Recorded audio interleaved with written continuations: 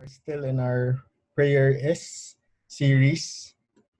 Uh, is in line with our vision, praying community. We desire that our uh, church, that prayer will pervade our personal lives and even the life of the church. That is our prayer. Now, we may not just cope through prayer, but thrive in and with prayer. So 2 weeks ago, we talked about prayer as being connection, from communication to conversation into a communion, or giving space for connection with the Father. Then we last week we talked about prayer as listening. It's more than just a monologue, but a dialogue. So it is more about, it's not just striving to hear God's voice, but more about preparing the conditions of our heart. And it's more of a posture of surrender and openness. That is prayer is listening. As we build on those aspects of prayer, let us also look at prayer as resting. So next slide. A story goes that there was a tightrope artist that was so skilled and as a master at balancing that he was able to cross from the US side of the Niagara Falls to the Canada side. So he was so good at it that he was going back and forth. And people applauded him. There were oohs and ahs, and they were just amazed at the skill of this man. When he came back to the other side, he then invited the people and he said, "Who wants to go across the other side with me? Maybe you can sit on my shoulder as I balance the tightrope to the other side." And the people who were just applauding just a while ago were now very silent, and no one was volunteering. And then suddenly a little kid comes out of the crowd and he raises his hand and he volunteers. "I want to sit on your shoulder and I want to cross to the other side with you." So as the crowd held their breaths, the tightrope artist and the child crossed to the other side and then back. And when they returned, the tightrope artist did this masterfully and skillfully that the crowd applauded at his skill, and also they applauded at the courage of the young boy. And so one man got curious as to how the boy was so brave and how he was remained calm and composed during that whole crossing from one side to the other. And the man asked the boy, how did you do it?" And the boy said, "He is simply my dad, and I trust him. I know he will take good care of me." And so that is what resting means. It means to trust in that person. Next slide, please. To trust, to rest in someone requires two things. Number one is that you know the person, you have a knowledge of that person.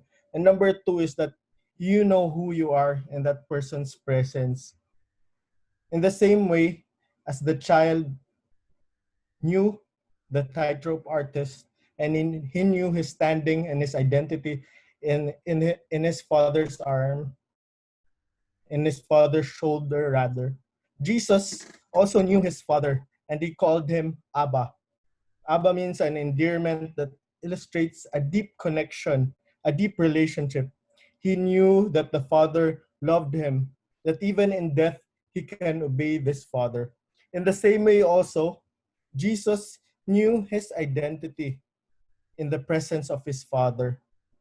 Before he started his ministry, the Father assured him as the heavens opened and a voice from heaven with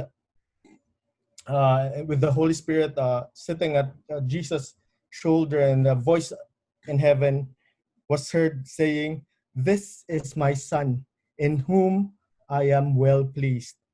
He was the Father's beloved. He rested in that knowledge and he lived that identity out all his life. Truly, no, when we know our identities, when we know that we are loved, valued, and accepted, we are more relaxed, we are more confident, we enjoy life. Compared to when we don't know our standing with that person, when we don't know our identity with that person, we are more worried, we tiptoe, we are perplexed, we are anxious. And truly, the quality of work and what we offer out of rest is much, much better than what we offer out of anxiety. Let me repeat that. The quality of our work, excuse me, and what we offer out of rest is much, much better compared to that of what we can offer out of anxiety. Truly, to rest is to trust. Next slide.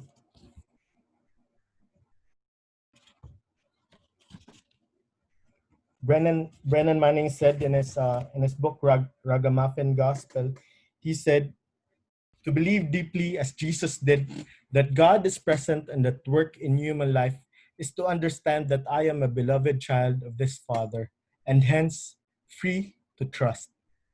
That makes a profound difference in the way I relate to myself and others. It makes an enormous difference in the way I live. To trust Abba, both in prayer and life, is to stand in childlike openness of gracious love and acceptance. To truly trust and rest in the goodness and love of Abba is to live in that identity that we are His beloved. Next slide. Jesus, upon revealing the Father to his followers and revealing himself to them, he invited the crowd, he invited people to come to him.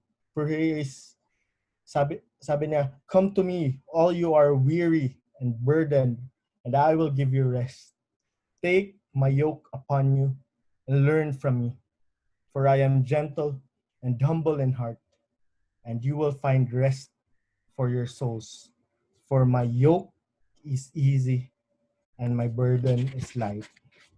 Jesus invites us into a restful relationship with Him to learn because He is a gentle and humble God. His rest, His yoke is easy and His burden is light. And we will find rest in our souls. Next slide.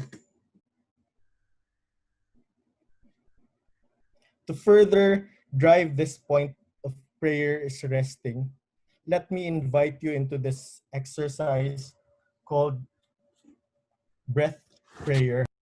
So breath prayer is because prayer is simply breathing. It's as simple as breathing rather. It is unconscious. It does not require much effort. It is natural. Much like breathing, we don't need to strive to receive. We can fully trust that God provides all that we need, even the air that we breathe.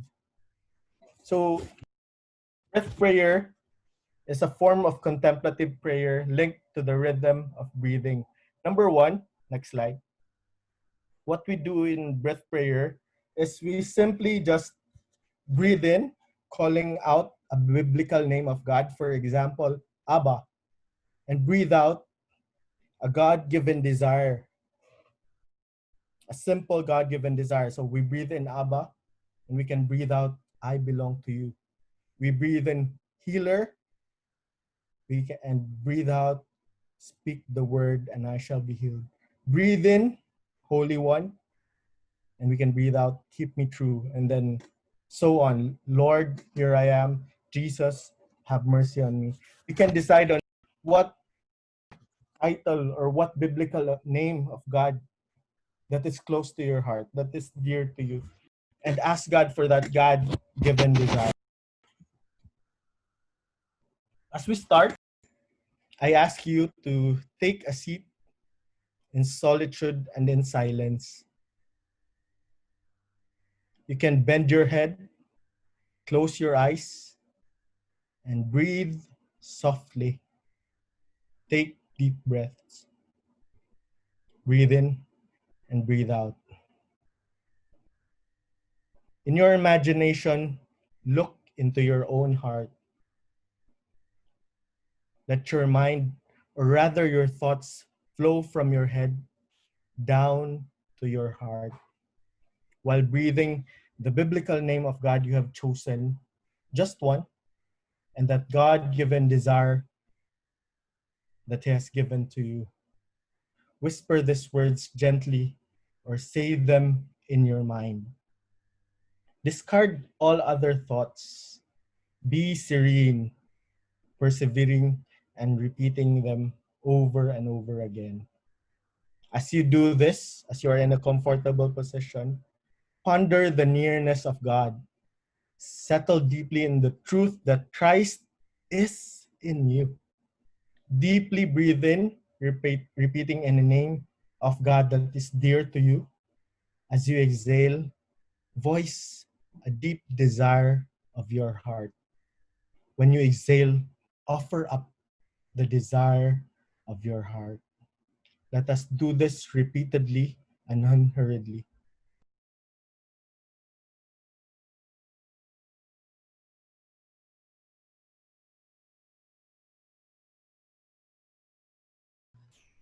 Hi, my name is Lincoln, and I'm a part of our IT and prayer ministry team of Christian Bible Church of the Philippines. The video you just watched is a devotional from our online prayer meeting, which happens every Friday night at 8. We would love it if you can join us and experience for yourself what it is like to pray and be prayed for in a community of believers. If you are interested to join our online prayer meetings, simply comment down below or send an email to prayerteam@cbcp.org, and we will reach out to you shortly. Thank you. See you all online.